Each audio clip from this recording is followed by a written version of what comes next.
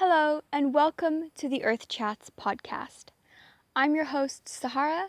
I'm an activist, writer, speaker, and listener with a passion for creating change in our world. Join me and special guests weekly as we have inspiring conversations and reveal insightful knowledge, tips, and tricks on how you can live more mindfully on this planet. Tune in every Wednesday and make sure to hit subscribe to stay up to date with all the latest episodes. And now, without further ado, let's get on with the episode.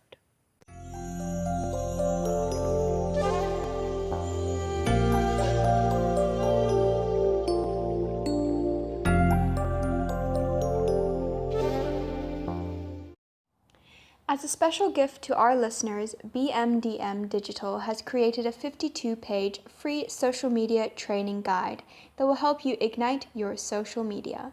You can download your free copy in the link below. So, thank you for coming on the show. Welcome, Cara, to Earth Chats. Thank you for having me. Could you tell us just a bit about yourself? Yeah, I can. So my name is Cara. I am currently the marketing officer at PETco. I think I've always kind of had a passion for sustainability and the environment. I was always the person kind of giving people information and kind of trying to change people's perceptions about certain things, and trying to help them to see other ways that they could do things so that it could be more sustainable, basically. I find that people often don't really think about their actions until you make them aware of the different ways to do things.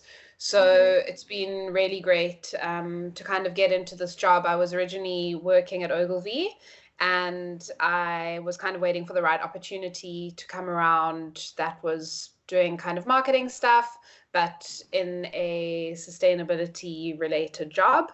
And so I've been at PETco for coming on, it's going to be about 2 years in the middle of this year. And it's really great to be putting your passion to work, or your values to work, as I say. That's awesome. So if you could just tell us a little bit about what PETco is and what PETco does, so that the listeners get an idea of what we're talking about here, that would be great. So PETco, contrary to popular belief, we are not a pet company. People often think we do pet food, or if it's not that, and I say recycling, people think it's something to do with cycling. So I get a lot of cycling related questions. But basically what we are is that it's the trading name for the PET recycling company, and we are a not-for-profit company. And it was incorporated in 2004 to basically represent the South African PET plastic industry's joint effort to self-regulate post-consumer polyethylene terephthalate recycling, which is what PET is short for. Basically what PETco does is that we subsidize each and every kilogram of PET plastic that gets recycled in South Africa, and we make sure that the PET that's actually produced in South Africa is recycled in South Africa for the benefit of all South African citizens. So we're a voluntary not-for-profit, and we work with the whole value chain. So that is all the way from the people who are producing the resin, to the converters and the bottlers and the brand owners, as well as retailers and consumers. Okay, wow. So now with this whole, because obviously you're the marketing officer, so in terms of like what kind of work that involves, are you mainly like behind the computer doing that kind of stuff, or are you also like, do you go out onto site, or do you do things like that? Yeah, so my role is quite varied. We're a national program, but we are actually a team of 11 people. And so, I mean, when I try and explain my job, it is all the way from doing site visits at landfill sites or going to visit some of our members. We're a voluntary membership organization. So anyone that lands up paying us an extended producer responsibility fee is doing so out of their own will. And we work with people who want to work with us. So I look after what's called the associate membership program, and that involves dealing with the membership of people who are either collectors or waste entrepreneurs or reclaimers, who are the guys who are doing a large portion of the collection of PET plastic bottles in South Africa, all the way to kind of bigger companies and brand owners who are associate members. But yeah, my job is it also entails doing the social media, whether it's assisting with approving content that's being put out or responding to queries. We also get lots of calls every day for people looking for drop-off sites. And so yeah, no day is the same, which is really great. So if you could just explain to us quickly before we get into the rest, what exactly PET is so that we kind of understand the exact, what's it called now, material that we're working with. Yeah. So PET basically forms the basis for synthetic fibers like polyester, and it's also recognized in the packaging industry as the rigid plastic that's commonly used as beverage bottles for carbonated soft drinks, bottled water, milk, juice, sports and energy drinks, jars, punnets, tubs and trays for food items, bottles for household. So, for example, like Sunlight Liquid, personal care, and also pharmaceutical products, and also sheet and film in general packaging. So, if you're ever wondering what is PET, or if the product that you are using is PET, which is polyethylene terephthalate, then what you can do is that you can look for the little number in the triangle, which will be underneath your bottle. This is called a polymer identification code, and this can be found, yeah, as I said, at the bottom of your bottle. So I think there's a lot of confusion around what a polymer identification code is as well. A lot of people look at the little triangle and they see a 1 and they think, oh, does this mean that it's been recycled before? Does it mean that it can be recycled one time? And just to clarify that, all it is a polymer identification code, which means that it's what the converter puts on the bottle to say this bottle is this type of plastic, or this product is this type of plastic. So there's quite a lot of confusion around that. Yes, no, that's fantastic. Thanks for clarifying that, because I know I also get a lot of people often asking me, like, does this mean that it can just be recycled, or what does it mean if there's a number 4? And yeah, that's just basically all ways that we can identify what kind of plastics we are buying. Now, what happens so if you say you've had a Coke and you put that in the recycling, is there like a separate place where you would take your PET bottles to be taken to PETco, or does it just go to your regular recycling depot? So PETco is not a recycling depot. We are just the industry body, but we have partnerships with a lot of recyclers that we have contracts with, which operate all over South Africa. And your PET plastic bottle can be recycled into either polyester staple fiber, which can go into things like t-shirts or jeans or felt bags, or it can be made into our PET pellets, which are recycled PET pellets that can be actually made into brand new PET bottles. So what happens is that once you actually put it in the recycling bin, it will either get collected by a municipality. I know in Cape Town and a few areas, we are really, really lucky to have a municipality that does curbside collection. So that's the one option. The other option is that you take it to a drop-off site, which can be found on our website. And the third option is that a reclaimer, which is a kind of a waste picker or waste entrepreneur, will actually come and go through your bin and do your recycling kind of for you, or your sorting rather, not your recycling. And then they would take it to a drop-off site. So from there, it will get taken to a buyback center where those individual reclaimers will get money for it. And those bottles will then be squashed into what's called a bale, which is basically just a big brick of squashed bottles.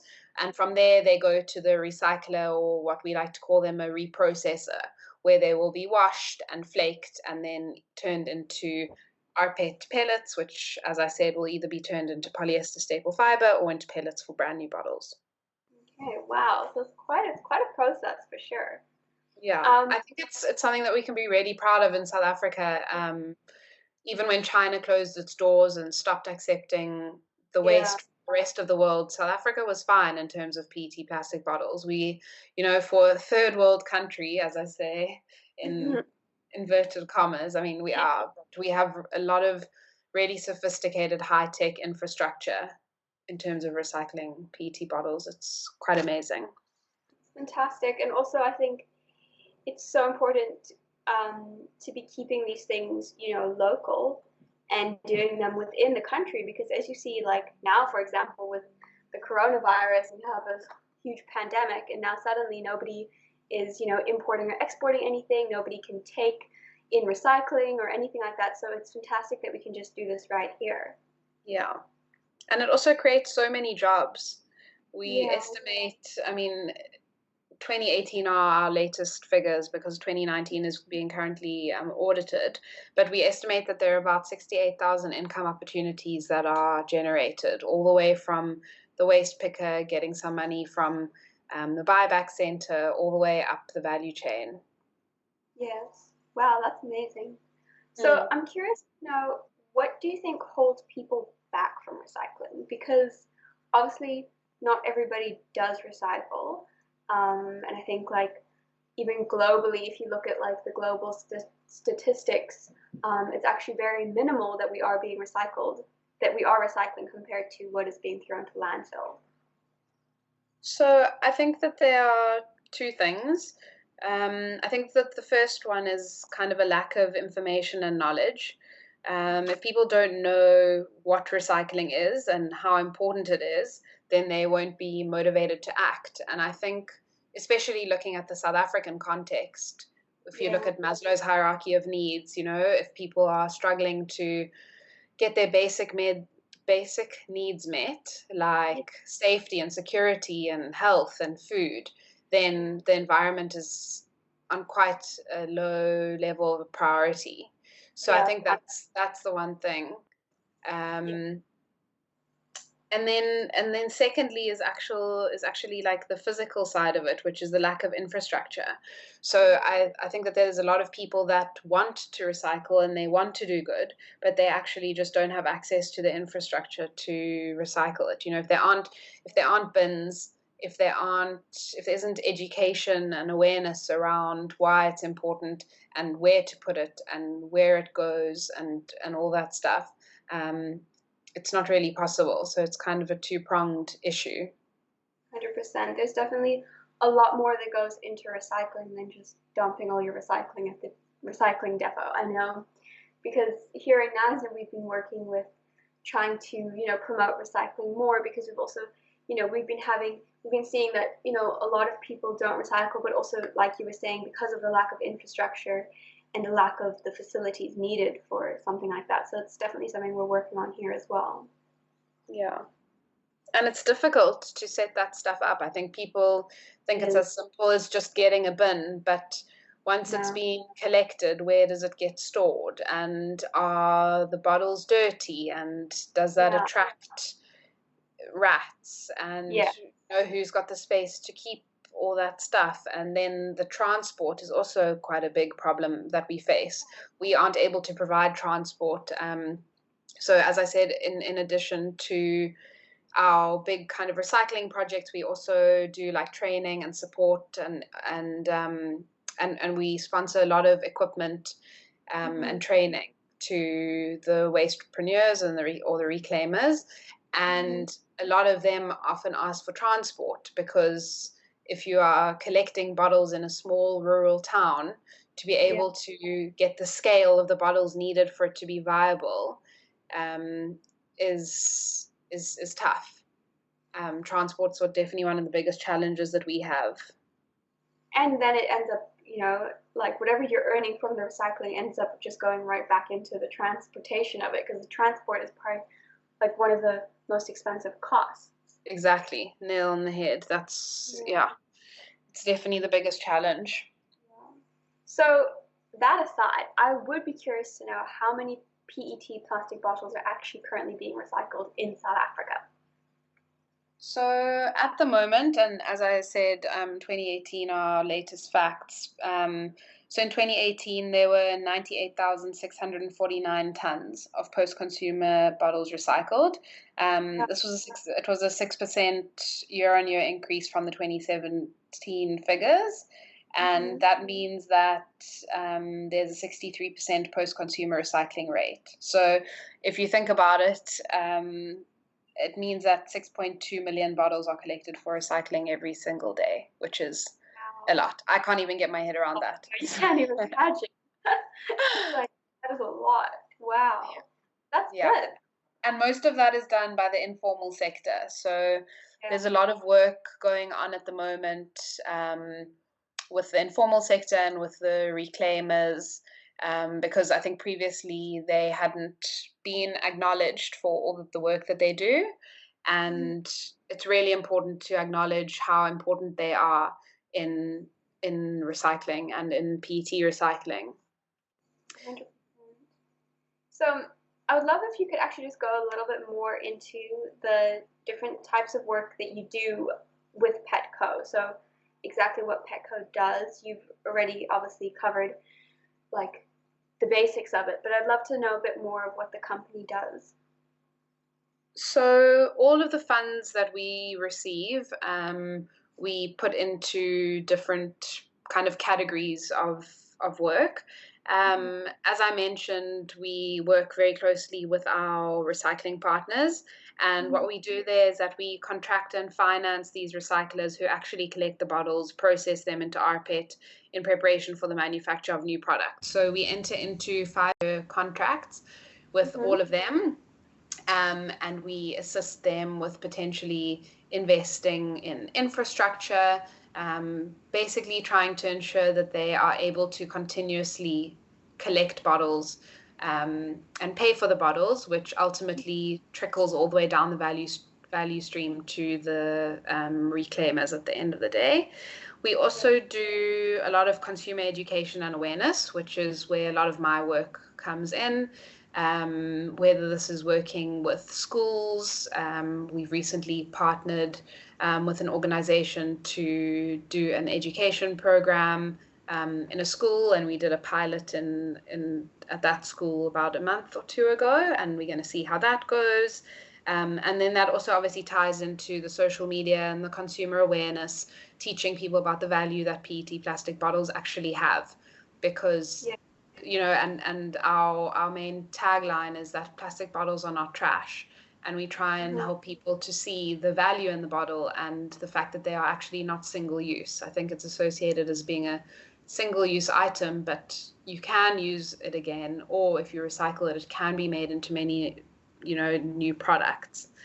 Then we also do training and joint venture projects, including those with municipalities. So I work in the Cape Town office. Our team in Joburg is constantly out on the road, visiting projects, doing training, working with municipalities, teaching people basic business skills, teaching people about the benefits of recycling and how they can get involved and how they can start businesses, as well as assessing buyback centers, and sponsoring people with equipment. And so that could be, for example, a scale, or for them to weigh the bottles when they bring them in, or a baling machine, or a signage board, or a trailer, or a trolley for people to put the bottles into when they are recycling. And yeah, then we also do, one of the biggest focuses that we've been focusing on has been around design for recycling. And what this means is that we are really trying to push our brand owners and manufacturers and designers to, I say our, but they're not ours, just trying to guide people who are designing and manufacturing bottles to design the bottles so that they can be recycled at the end of their useful life or after consumer use. So we've been doing a lot of workshops and training around that. And we've also been putting together a lot of workshops. I think people are much more conscious of the issues of sustainability now. I think Mm-hmm. if we looked at how things were a few years ago, I don't think people would know what biodegradable and compostable, etc., looks like. And I think that we're trying to play a role of bringing people together to educate them. We just had a workshop now, which was which was a media roundtable, and we had about 65 people there, including the media, and we had a panel of experts, and we spoke about, plastic pollution and how to keep the environment clean, and covered a whole range of topics about basically busting myths around plastic, because I think there's a lot of misinformation. So yeah, we try and be an organization that gives people information and gives people the right information. That's awesome. Very, very holistic approach. And for sure, like, education and awareness is so key. It is like probably one of the biggest things that we can do is to educate people and educate ourselves as well. Yeah. As totally. Well as, yeah, and I think also because I think it was very interesting what you were saying about the guidance to the design of bottles, which is something that I don't think we really think about, but that when we're, designing a product, or when a company is designing a product, to look at it, long term at the effects, what it will have after it's been used. Yeah. And for sure, looking at those things is so important now. Yeah. And it also seems like such an easy solution, So many bottles that are in circulation at the moment are going to landfill because of small things that were done for marketing purposes. We've recently worked with 2 of our members to change their labels. I know one of them had a metallic label because it looked very nice and it was shiny and it stands out on the shelf, and all of their bottles were going to landfill.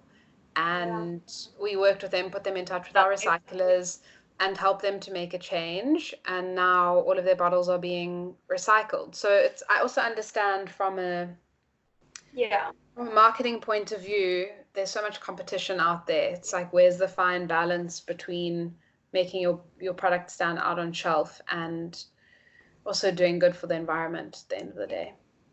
Yeah, for sure. I'm quickly interrupting this episode to bring you a little message from our amazing sponsors who've made this episode possible. I live in the beautiful town of Knysna in the Garden Route, and I want to invite everyone to visit this fantastic part of our country. We have everything: indigenous forests, nature reserves, awesome views, beautiful beaches, and natural wildlife. Come for a dream vacation. Oh, and I almost forgot. Knysna has some of the best restaurants you will find anywhere. Follow us on Instagram at visitgardenroute, where we will introduce you to our fantastic and favorite people, places, and things to visit. This is us on Instagram at visitgardenroute. And now, without further ado, let's get on with the rest of the episode. So, my favorite part of the interview is when we get to do the rapid quickfire round. So, are you ready for the quickfire round? I'm ready. Okay. What does the typical day in the life of Kara Levy, I hope I got your surname right, look like? So it looks like getting into work, emails, social media, working on a few strategic projects, making tea, either for me or for a meeting that's being had. It could look like having a site visit or having a meeting with one of our members. That's the typical day. Cool. So what is one of the biggest lessons you've learned? It doesn't have to be career related. I think one of the things that I've been really inspired by since I joined PETco was just how resourceful South Africans are. I get a lot of daily calls and queries in my inbox from people who really care about the environment, or people who are wanting to start a business, or people who are just interested in helping their community. I'm really constantly impressed and surprised by how people are wanting to make positive changes, and especially in South Africa, where we have such a high unemployment rate, yes, there's a lot of doom and gloom, but there are some amazing projects happening. And we every year have our PETco Awards, where Yeah. we look to recognize people who are doing, excuse me, who are doing great things in the recycling space, whether it's kind of the top woman in recycling or the best community recycling initiative. And it just shows you all these entrepreneurial and community focused people who are really making a difference out there and trying to Yeah. make a life for themselves. And yeah, that's something that I've learned that I don't think I was that conscious of before this job. Yeah, no, it's so awesome because I think, we don't often get to hear about those things. It's so often on the news, it's all like the negative things and all the doom and gloom of it. But it's like amazing to hear this, and also coming from you, you're part of this big company that is, open to all the stuff. You're hearing the good stuff and the bad stuff, and it's amazing to hear that there is so much good stuff happening. So it's very, Yeah. very inspiring. If you want Now, to have a look at the videos, by the way, they are yeah, on our YouTube page. It's okay. PETco South Africa. Yeah, so we go out and we basically film all of them and film their projects, see what they do. And yeah, they're quite inspiring. Awesome. Okay, guys. So if you want some inspiration and motivation, go check out PETco South Africa. Is that right? Yeah. On YouTube, and you can find some super cool videos. Now, I would love if you could go into a bit of depth. This isn't quite quick fire round, but I think it's important to go into this a little bit. And that is, what tips can you give our listeners to help them recycle better? Because I know a lot of people struggle with recycling, what can be recycled, how to prepare it for recycling. So if you could just give us your tips and share some knowledge on that, that would be great. So I think that the most important thing would be to have a conversation with the person that you're actually taking your recyclable material to. So if you are dropping it off somewhere, speak to the people there about what materials they are collecting and ask them how they would like it to be delivered to them. The other thing that I would recommend is actually having a discussion with your local reclaimer or the person going through your bin.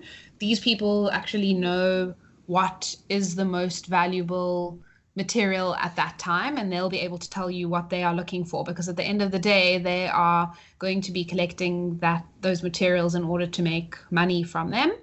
I think that consumers also have an opportunity, especially when it comes to PET, to choose the right products that have been designed correctly at the beginning of their life so that they can be recycled at the end of their life. So some of these are, if you are able to choose a PET plastic bottle that is clear or light blue, because they have the highest commercial value for recycling, they can be turned right back into brand new bottles.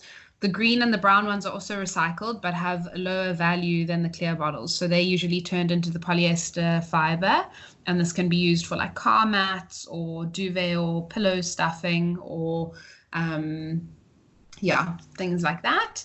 I think that people can also try to choose bottles that have labels on them that can easily come off the bottle. So, for example, if you try and take the label off, look for a label that comes off easily and that the glue stays on the label, not on the bottle.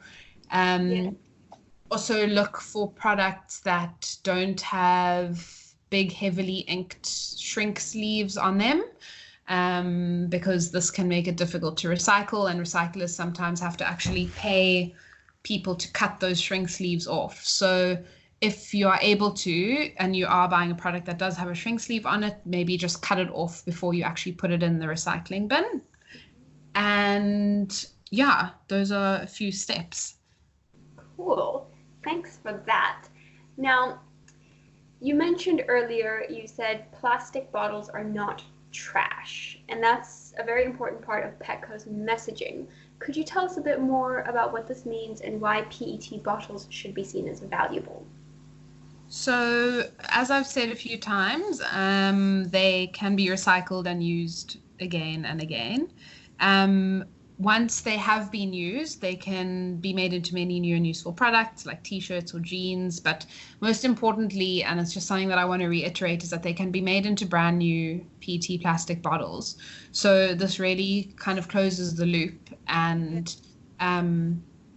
feeds right into the principles that we speak about when we're talking about a circular economy.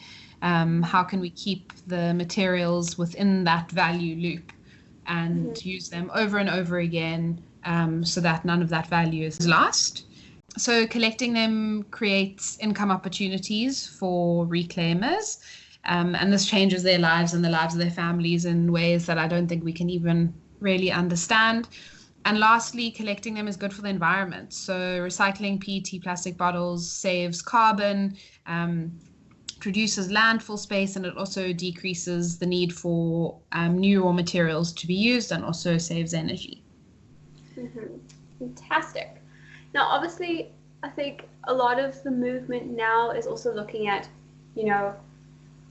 like refusing waste in the first place. So what do you think of this? Because obviously,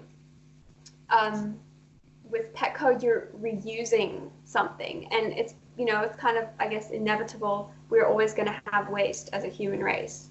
But I'd love to just quickly hear like what your stance is on that, because I think a lot of the movement is now shifting towards, before even reusing it, let's refuse it. Yeah. So as PETco, we believe fully in the waste hierarchy. We believe that you should, what we speak about is reduce, reuse, and then recycle. But in terms of refusing, I think it can work in some places. I think that, and this is a conversation we've been having a lot lately, is that for example, what we're going through right now with the coronavirus. Yes. Are you going to be comfortable to buy a cucumber that is not in plastic that someone else could have touched? Like there are definitely instances where you can refuse, and where you are able to, we encourage it. But we do, however, believe that plastic and PET plastic has a really important role. So, for example, a study was done on, I think it was a cucumber. They just looked at how quickly the cucumber went off with and without plastic. And I think that's something that we really need to just consider, is the huge effects of food waste as well. And we have a huge food wastage crisis, especially in South Africa. I think it's something like 30% of all food that is produced goes to landfill. It's a really big figure. I'm not 100% sure of that amount, but I think we just need to be cautious of where we are able to refuse. You should, but to also just see the purpose of plastic greater than it being just an environmental blight. It does serve some purposes. For example, somebody walking for miles and miles and needing to carry water. Plastic is lightweight, it's shatterproof, it can be filled again. Like taking into account all of these factors and using it where appropriate, is it fit for purpose? Yeah, and I think something to consider. Yeah, at the end of the day, it's again about being responsible. If you have a PET bottle and you use it and you throw it out, it's different, very different from if you're using it and then recycling it. Totally. So, yeah, it's all about being responsible. So we're almost to the end of our interview. I would love it if you could just leave our listeners with a little fact that they might not know about PET plastic bottles in South Africa.